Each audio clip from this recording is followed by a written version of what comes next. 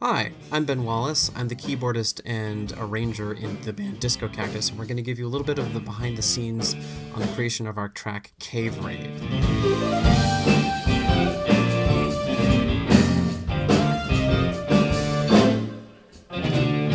This piece came about due to a Kickstarter donation tier during the campaign that we ran back in 2021 to fund our first album.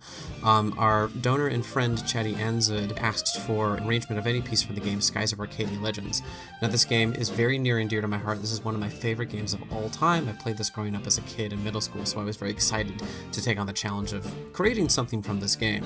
And I opted for something that was not terribly well known, but I opted for this niche track called Cave Dungeon, right? This is the music that plays during the first dungeon of the game, and it's got this 24-note ostinato that runs throughout the entire track.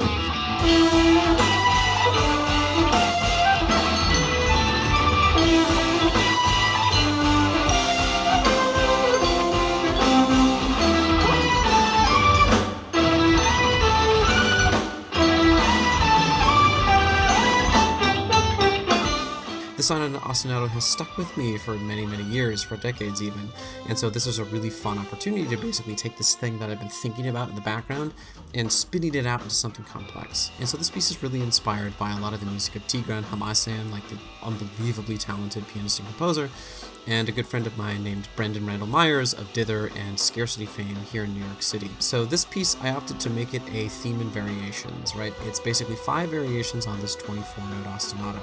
But unlike most theme and variations, we don't start with the theme, we start with the variation. We start with a very complex variation, and then we get more and more complex, and then the last moments of the piece are just the theme in its purest form.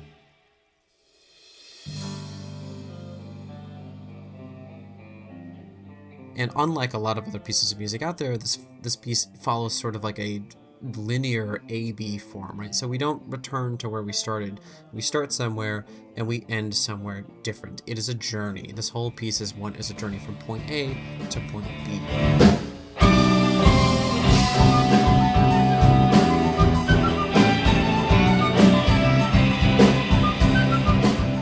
Additionally, while this is technically an arrangement of music from a video game, this piece really kind of lives more as an original composition, right?